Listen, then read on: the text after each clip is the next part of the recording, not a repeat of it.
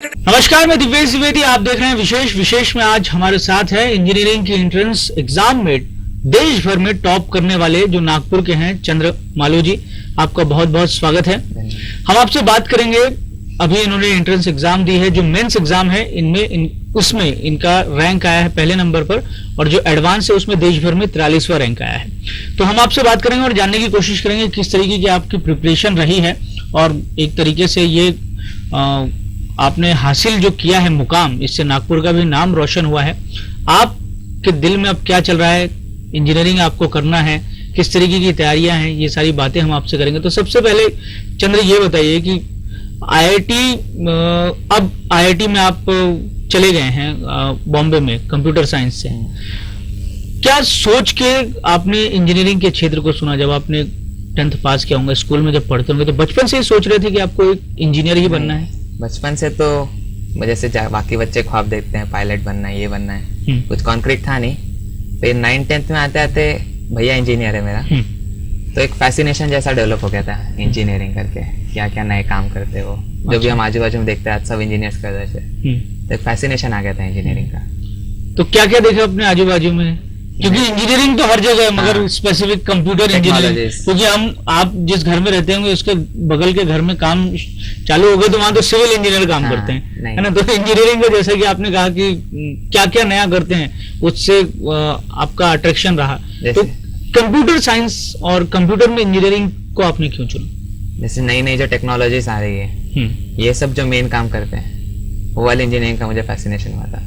जैसे नए नए मोबाइल्स आ रहे हैं, आईपैड्स आ रहे हैं, टैबलेट्स आ रहे हैं, उसमें कैसे कैसे टेक्नोलॉजीज आ रहे हैं, और टच स्क्रीन वगैरह, यानी जो भी नए नए कंसेप्ट इंट्रोड्यूस आ रहे हैं, ये सब जो एकदम कोर कंप्यूटर साइंस वगैरह के इंजीनियर्स हैं, कोडिंग करते हैं, नए नए प्रोग्राम्स बनाते हैं, सिक्योरिटी में हेल्प करते हैं, नेशनल सिक्योरिटी में, ये सब का ज़्यादा फैसिनेशन हुआ था। जब प्रिपरेशन आप कर रहे थे एग्जाम देने के लिए JEE की, तो किस तरीके से आपकी तैयारियां थी और क्या सोच रख के आप पढ़ाई कर रहे थे कि आपको टॉप करना? आपके दिमाग में कभी ऐसा था कि आप टॉप भी करेंगे ऑल ओवर इंडिया में? इस बारे में तो जब 2 साल पहले मैंने फील्ड चुनी थी इंजीनियरिंग के लिए, एंट्रेंस एग्जाम की तैयारी चालू की, तब ऐसा कुछ सोचा नहीं था, एम नहीं था ऐसा कुछ, बस इतना था कि JEE क्लियर करना है, अच्छे कॉलेज में जाना है। फिर एक बार जो हमारे मेंटर है निशा कोठारी मैडम, उनसे बात हुई केबिन में, तब मैम ने बताया, एक तरीके से मैम ने ये विजन दिया था AIR-1 का। उन्होंने बताया कि नेशनल लेवल पे किस तरह जो इंस्टीट्यूट्स है या कुछ भी कह दीजिए, बच्चों को खरीद रहे हैं लिटरली, यानी टॉपर्स हैं, पैसे ले रहे हैं, स्कॉलरशिप्स दे रहे हैं, बच्चों को लुभा रहे हैं अपने इंस्टीट्यूट की तरफ, जो एंट्रेंस के लिए आपको तैयार करते हैं वो। और बाकी इंस्टीट्यूट्स वाले भी, किसी और का रिजल्ट आ गया, किसी और बच्चे को अपने तरफ एक लुभाने के लिए पैसे देते हैं, स्कॉलरशिप्स देते हैं। तब मैडम ने कहा कि ये सब जो है आखिरकार है तो गलत, नहीं होना चाहिए। तब मैम ने कहा, अगर IIT होम का कोई स्टूडेंट जो हमारा इंस्टीट्यूट है, जैसे मैं, अगर तुम टॉप करोगे तो तुम तो ये सब चीज़ें नहीं करोगे, तो एक नेशनल लेवल पे एक मैसेज जाना चाहिए कि ये सब चीज़ें गलत है, बंद होनी चाहिए। उसके लिए फिर लगा कि नहीं, ये चीज़ तो बहुत गलत हो रही है, माँ बाप को भी एक तरीके से भ्रमित किया जा रहा है, तो कहीं ना कहीं आके तो बंद होना चाहिए। तो उसके लिए फिर एक मन में एकदम पैशन आ गया था, एकदम फायर लग गई थी कि नहीं, AIR-1 तो लाना ही है। अच्छा, तो कोचिंग जिस दौर में आप कर रहे थे, तो क्या आपके जो शिक्षक हैं, जैसा कि आपने कहा कि डॉक्टर निशा कोठारी जो IIT होम की डायरेक्टर हैं, तो वो किस तरीके से आपको पढ़ाई करवाती थी और किस तरीके से वो इंस्टीट्यूट का माहौल रहता है? क्योंकि जो कुछ आपको अगर उसके लिए तैयार होना है और उसे पास करना है एंट्रेंस एग्जाम, तो जो कुछ वहाँ सिखाया जाना है वही बड़ा महत्वपूर्ण है। तो वहाँ किस तरीके का माहौल रहता है और किस तरीके का आप पढ़ाई करते थे? IIT होम का एटमॉस्फेयर बहुत ही पॉजिटिव है, यानी हर एक बच्चा वहाँ का, ऐसा नहीं है कोई सिर्फ पढ़ने के लिए पढ़ रहा है, सिर्फ एंट्रेंस क्लियर करने के लिए पढ़ रहा है। सब बच्चे एकदम हंसी मजाक से एंजॉय करके पढ़ते हैं। और जहाँ तक प्लानिंग की बात है, IIT होम की प्लानिंग बहुत अच्छी है। जैसे हमारा पूरा शेड्यूल अच्छे से प्लान किया रहता है, बस हमें उसे सिंसियरली फॉलो करना होता है, बस उतना ही काफ़ी है। चंद्र, ये बताओ कि जिस दौर में आप हैं अभी, कि जिंदगी में बहुत कुछ भी रहता है, बहुत सारे ऐसे बच्चे रहते हैं जिनके जिंदगी में सिर्फ यही पार्ट बन जाता है कि पढ़ाई पढ़ाई, वो 16-16, 18-18 घंटे पढ़ाई करते हैं। आप भी ऐसे बच्चों में से रहे हैं जो 16-16, 18-18 घंटे पढ़ाई करते हैं, क्योंकि इतना अच्छा आपने मुकाम हासिल किया है, तो पढ़ाई के बगैर तो हो ही नहीं सकता कि ऐसा आप कर पाए। तो पढ़ाई तो इम्पोर्टेंट है ही, मस्ट है ही। उसके अलावा बाकी की जो सारी चीजें हॉबीज रहती हैं, हम उससे सेटिस्फाई कर लेते हैं कोई कोई बच्चे, और जो और लाइफ के जो फन है, जो यंग एज में अचीव आदमी करना चाहता है, वो मिस कर देता है। आप भी इसी मेंटेलिटी के रहे? नहीं, ऐसा नहीं था। हाँ, जैसे हमारा एक अच्छा ग्रुप था, हम पढ़ते भी साथ में ही थे, हर संडे साथ में क्रिकेट खेलने भी जाते थे, मस्ती भी बहुत होती थी। लेकिन वो एक रहता है, जब आपका एक चीज आपका पैशन बन जाता है ना, तो फिर लगता नहीं है कि इतने देर पढ़ रहे हैं करके। अच्छा। फिर वो एंजॉयमेंट बन जाता है, ऐसा लगता है हम हमारे गोल के लिए काम कर रहे हैं। कितने घंटे आप पढ़ाई करते थे? धीरे धीरे बढ़ता गया, आखिरी में 12-15 घंटे था। 12-15 घंटे तुम भी करते थे, चलो ठीक। और किस तरीके का सपोर्ट रहा घर वालों की? अगर हम बात करें कि घर वालों का किस तरीके से सपोर्ट रहा आपकी पढ़ाई? घर वाले बहुत सपोर्टिव थे स्टार्टिंग से ही, और कभी मुझे घर से कुछ नेगेटिव सुनने को नहीं मिला किसी भी चीज के लिए। कभी डाउन भी होता था तो मोटिवेट करते थे। किस तरीके का डाउन? यानी कभी कभार हो जाता है ना कि अभी 11th-12th में तो किस तरह डाउन होते हैं, मार्क्स कम आ गए, उस तरफ आ गए, फिर कोई टेंशन आ गया, तो वो सब चीजों में फिर घर वालों बहुत मदद करते हैं। ऐसा लगता तो नहीं तुम्हारे चेहरे से कि तुम टेंशन लेते होगे? नहीं, और ये उम्र अक्सर रहती नहीं कि टेंशन ले हम। नहीं, थोड़ा बहुत जो हल्का आ जाता है उतना ही। पढ़ाई का? हाँ। अच्छा, 10th में कितने मार्क्स से? 10th में 97% है। फिर भी टेंशन बोल रहे हो? यार टेंशन आपको हो जाता है कभी? जो थोड़ा बहुत हल्का सा रहता है। कैसा टेंशन? एक रहता है ना, मैंने जैसे कहा कि एक बार जब गोल बन जाता है तो फिर उसके लिए पूरी जी जान लग जाती है। तो अगर कोई भी चीज थोड़ी सी भी लैकिंग लग रही है तो फिर वो हजम नहीं होती। नहीं, वो कैसे, ये सारे आपसे जो हम सवाल पूछ रहे हैं इसमें निचोड़ निकालने की हम कोशिश कर रहे हैं कि जो आजकल के बच्चे हैं, मार्क्स कम आ जाने पे या बहुत सारी ऐसी बातें हो जाने पे, चाहे वो मार्क्स कम आए, रिजल्ट अच्छा ना आए, तो डीमोटिवेटेड हो जाते हैं। ऐसा होना नहीं चाहिए। नहीं, एक गोल सेट होना चाहिए कि आपको क्या करना है। आपको हो सकता है कि आप आईआईटी में एडमिशन आपको मिल गया तो आप वहां से अच्छे इंजीनियर बने, किस परसेंटेज आपका कम आया तो कहीं और भी जाके आप अच्छे इंजीनियर बन सकते हैं। अच्छे इंजीनियर आप कहीं पर भी बन सकते नहीं, वो तो है ही। लेकिन जैसे मैंने कहा कि अगर आप लाइफ में कुछ अच्छा कर सकते हैं, अगर आप कुछ बहुत अच्छा अचीव कर सकते हैं, तो फिर उसमें खुद को कंटेंट मत कीजिए छोटी सी चीज में। आप जितना एम रखेंगे उतना अचीव नहीं किया तो भी चलेगा, लेकिन अगर छोटा सा एम रख के उसे अचीव कर लिया तो वो नहीं चलेगा। तो इसलिए मैंने अपना एम हाई रखा था और उसके लिए पूरी मेहनत की। अगर कोई बच्चे हैं जैसे नहीं कर पा रहे, डिमोटिवेट हो जाते हैं, तो उनको फिर उसके लिए ये सोचने की जरूरत नहीं है यार मैं पढ़ाई नहीं कर पा रहा हूँ, मेरा क्या होगा। ऐसा नहीं सोचना है। एक अपना खुद का डिसाइडेड रहना चाहिए पहले से मुझे क्या करना है, और उसके लिए फिर पूरी मेहनत करनी, उसके लिए कोई चीज की कोई कसर नहीं छोड़नी चाहिए। तो आपको ये लगता है कि आपने पहले से डिसाइड कर लिया था कि आपको इंजीनियरिंग के क्षेत्र में जाना है, इसीलिए आप कामयाब हुए? हाँ, एक क्लियर था और मोटिव बहुत सिंसियर था, प्योर था कि पूरे नेशन को प्रूव करके दिखाना है कुछ। उसी के मेरे ख्याल से आशीर्वाद रहा सबका। एक कंफ्यूजन ये भी बच्चों में रहता है कि वो कहाँ जाए, किस क्षेत्र में जाए, गोल ही डिसाइड नहीं होता है। ये भी बहुत ज्यादा, इसलिए और बहुत ज्यादा तकलीफ आती है, चाहे वो आपकी एजुकेशन लाइफ हो या पर्सनल लाइफ हो। असल में बहुत पहले से ही ना बच्चे डिसाइड करने की कोशिश करते हैं। अच्छा, डिसाइड नहीं करना चाहिए? हाँ, बहुत पहले से नहीं करना चाहिए। थोड़ी एक मैच्योरिटी आनी चाहिए, थोड़ा समझना चाहिए कि किस फील्ड में क्या है। एक बस भेड़ चाल जैसे नहीं कि हाँ सब इंजीनियरिंग कर रहे हैं मुझे भी इंजीनियरिंग करना है। एक खुद का क्या इंटरेस्ट है वो पहले बच्चों को देखना चाहिए, उसके बाद चूज करना चाहिए। ये भेड़ चाल तो महसूस ही होती है, क्योंकि बहुत सारे अब एक दौर चल रहा है कि इंजीनियरिंग करने का तो सब इंजीनियरिंग ही चल रहे हैं। और इसके पीछे एक बड़ी वजह ये भी मैं जानना चाहूंगा तुमसे ये कि आपके जो फैमिली रही उसका किस तरीके से सपोर्ट रहा, क्योंकि अक्सर हम देखते हैं कि जो बच्चे हैं जैसे 10वीं के बाद में आप इंजीनियरिंग में जा रहे हैं तो उनका एक तरीके से एक फैसला थोपा हुआ रहता है कि मेरा बच्चा इंजीनियर बनेगा, मेरा बच्चा डॉक्टर बनेगा। उस बच्चे को समझने की कोशिश नहीं होती। आपके साथ में भी ये दिक्कत आई, और आपके जो इर्द गिर्द का जो सराउंडिंग होगा आपने ये देखा होगा कि ये बात वाकई जायज है क्या माँ बाप पूछते हैं क्योंकि बच्चे से कि भी आप क्या बनना चाहते हो, या वो अपना फैसला लाद देते हैं? नहीं, मुझे लगता है आजकल अवेयरनेस काफी आ रही है। आजकल इतना नहीं होता है पेरेंट्स की तरफ से फोर्स। जैसे मेरे घर में तो भैया पहला इंजीनियर है पूरे फैमिली में, और मुझे भी पूरा लिबरल छोड़ा हुआ था, जिस फील्ड में जाना है वो तो मेरा खुद का ही डिसीजन था कि मुझे इंजीनियरिंग करना है। और ये आजकल हो रहा है, पेरेंट्स भी काफी अवेयर हो रहे हैं, आजकल नहीं करते इतना फोर्स। नहीं, बहुत ज्यादा नहीं भी हो, ये भी एक सच्चाई है। तो और जब आपके घर वालों से बात हुई होगी, उन्होंने, आपने कहा होगा कि आपको इंजीनियरिंग में जाना है, तो उन्होंने क्या कहा? उनका कोई ऐसा नहीं था कि आप ये, क्योंकि आप बिजनेस फैमिली से बिलोंग करते हैं ना, तो सर्विस आप करें ना करें ये खैर अपनी बात है, मगर चूंकि जो हमारे सोसाइटी का दृष्टिकोण है उसके हिसाब से हम देखते हैं कि भैया बनिए का लड़का बनिया ही बनेगा, उसके पिताजी का धंधा सेट किया हुआ है, वो धंधे को ज्वाइन करेगा और उसको आगे बढ़ाएगा। तो अपने पिताजी के धंधे में आपको कोई इंटरेस्ट नहीं था, उनके बिजनेस में कोई इंटरेस्ट नहीं था? नहीं, उनको कोई इंटरेस्ट नहीं, ये बात पिताजी को पता है? हाँ, और पापा ने इसलिए पहले से बोल के रखा था, जिस चीज में इंटरेस्ट है वही कर। अच्छा, आप कितने भाई हैं आप? 2 भाई है और 1 बहन है बड़ी। अच्छा, तो दोनों इंजीनियर हैं? हाँ। और बहन? बहन MSc किया उसने बायोकेमिस्ट्री में। अच्छा, तो मतलब आप तीनों ही पापा का बिजनेस ज्वाइन नहीं करेंगे? नहीं। और फिर भी पापा को ऐतराज नहीं? हाँ। अच्छा, और ये बताइए कि अब वापस हम जाते हैं, आपके जो इर्द गिर्द स्कूल का किस तरीके का माहौल था? स्कूल में जो कुछ आपने सीखा वो बाद में भविष्य में काम दिया? स्कूल में फाउंडेशंस काफी स्ट्रॉन्ग किए थे, यानी हमारे स्कूल में ओवरऑल डेवलपमेंट जैसा होता है स्टूडेंट्स का, और कल्चर भी बहुत अच्छा था स्कूल का, बहुत हेल्प हुई इससे। अच्छा, यानी एक फाउंडेशन स्ट्रांग हो गया तो फिर आगे ज्यादा दिक्कत नहीं आती है। अब इंजीनियरिंग आपने चूज कर लिया है, तो क्या बदलाव आप करना चाहते हैं, या इंजीनियरिंग क्षेत्र से आप क्या हासिल करना चाहते हैं, उसको क्या देना चाहते हैं? कुछ आपने सोच के रखा होगा, एक जैसे आप कह रहे हैं कि आपका एक गोल सेट था कि आपको अच्छा इंजीनियर बनना है, तो कुछ आपने सोच के रखा होगा कि मुझे यहाँ जाने के बाद में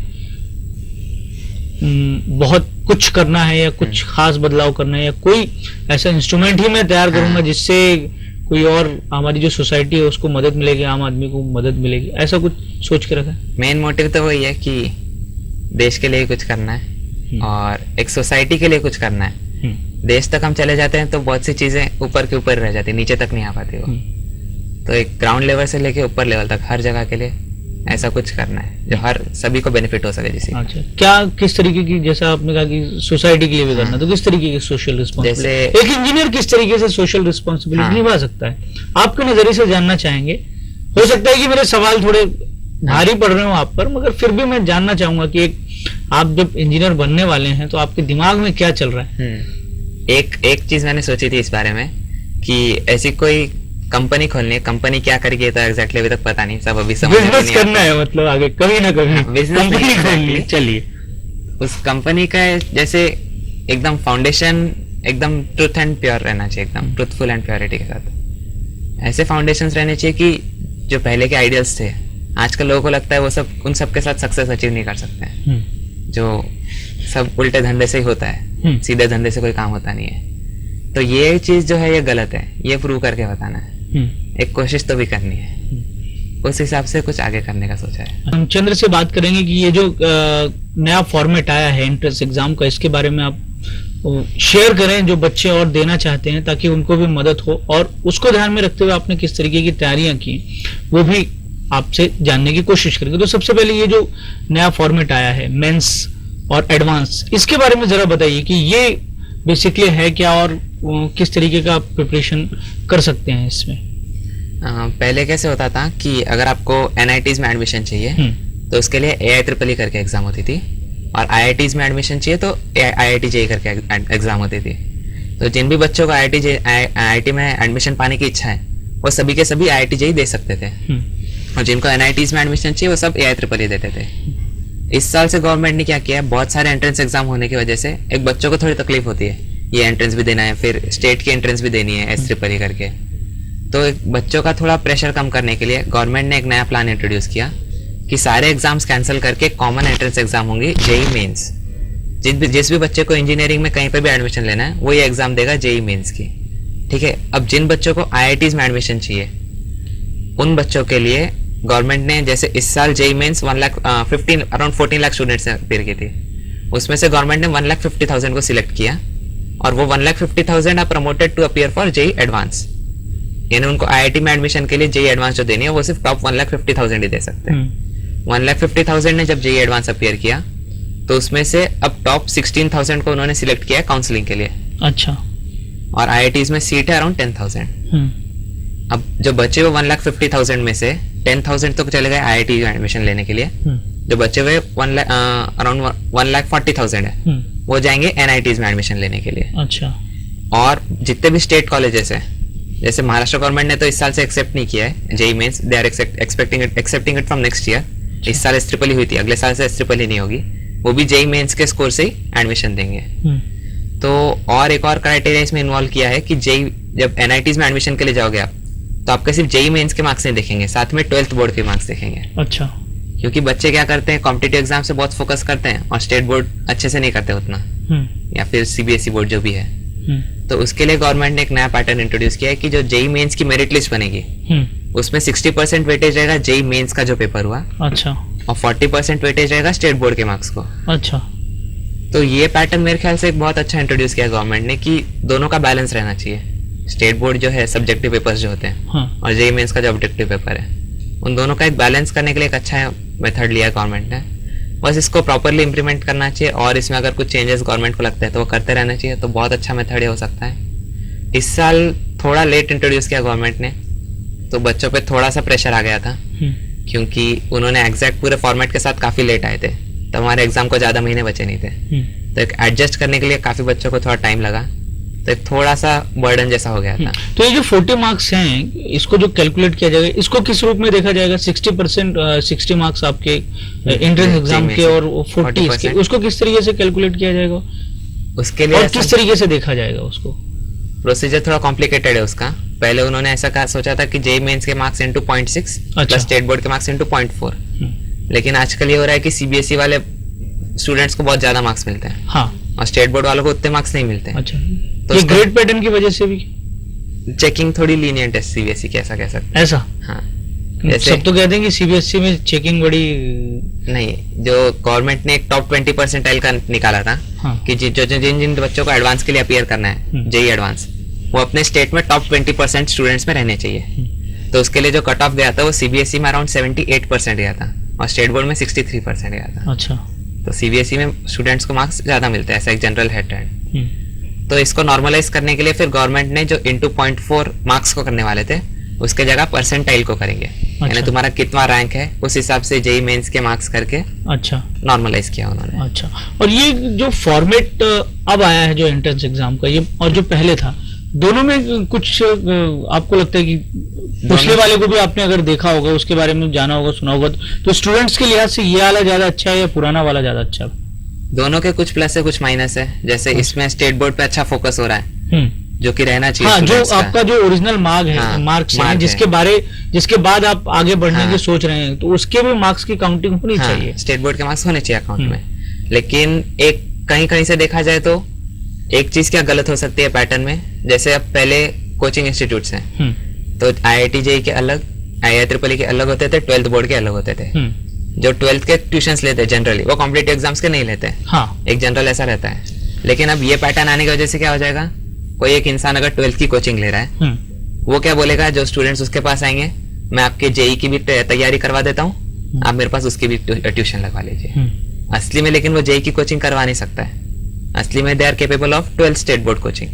लेकिन क्योंकि अब JEE मेंस देने वाला है हर बच्चा, उनको पता ही है जिसको भी इंजीनियरिंग करना है JEE मेंस देगा ही, तो वो एक JEE मेंस की कोचिंग भी अपने साथ स्टार्ट कर देंगे।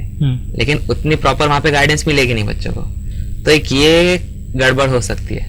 और अगर ये प्रॉपरली मैनेज नहीं किया तो बहुत बड़ी समस्या हो सकती है। चलिए, आपने कितने एग्जाम जो दिए आपने, उसमें बहुत आपने स्टडी की, और जो आपने कुछ बताया उस बात का ध्यान हमारे दर्शक जो इंजीनियरिंग में जाना चाहते हैं उनके लिए भी फायदेमंद होगा।